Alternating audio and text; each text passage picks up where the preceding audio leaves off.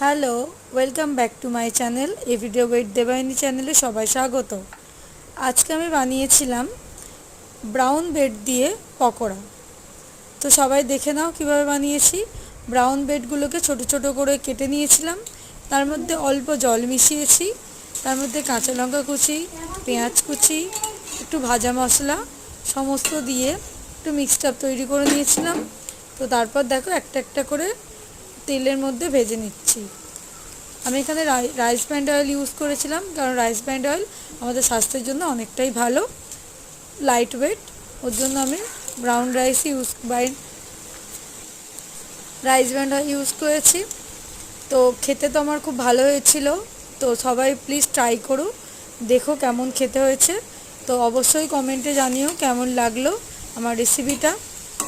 তো চ্যানেলটা যদি ভালো লাগে, রেসিপিগুলো যদি ভালো লাগে, প্লিজ চ্যানেলটা সাবস্ক্রাইব করো এবং পাশে থাকা বেল আইকনটি ক্লিক করো। Tata, bye bye.